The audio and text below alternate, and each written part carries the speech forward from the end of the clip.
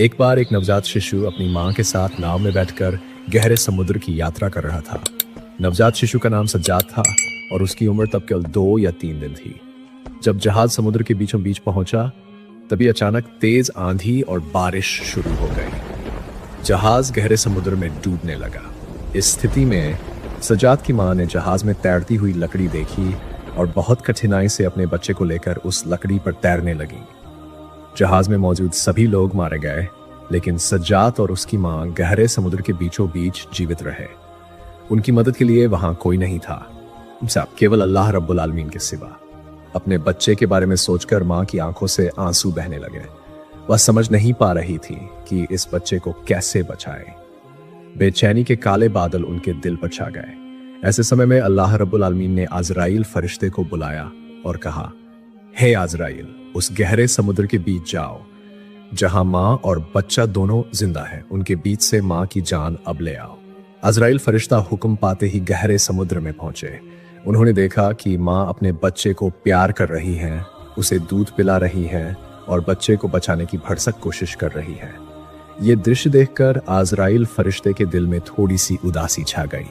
हे अल्लाह, अभी मुझे मां की जान लेनी है, लेकिन इस बच्चे का क्या होगा?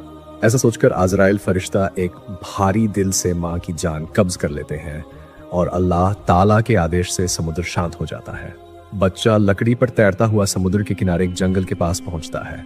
बच्चा जोर जोर से रोने लगता है क्योंकि उसे बहुत भूख लगी होती है। उस जंगल में एक बाघ और बाघिन रहते थे जिनके बच्चे हाल ही में मर गए थे। अल्लाह ताला के आदेश से बाघ उस बच्चे की ओर बढ़ता है। बच्चे को देखकर बाघ को इतनी ममता आती है कि वह उसे अपना दूध पिलाने लगता है। वह रात गुजर जाती है।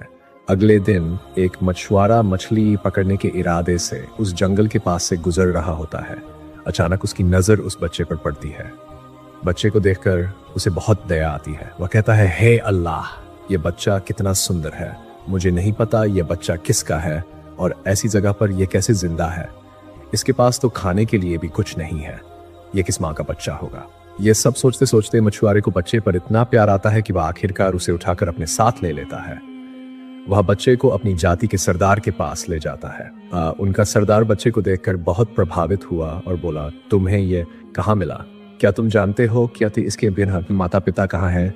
हमें इसे इसके माता पिता के पास लौटाना चाहिए। तब उस व्यक्ति ने कहा, सरदार जी, मैं जंगल के पास से गुजर रहा था, तभी मैंने देखा कि बच्चा एक पेड़ के नीचे रो रहा है। उसके आसपास कोई नहीं था। मुझे लगता है कि इसके माता पिता का इंतकाल हो गया है। इसे देखकर मुझे बहुत दया आई, इसलिए मैं इसे आपके पास ले आया। तब सरदार ने कहा, ठीक है,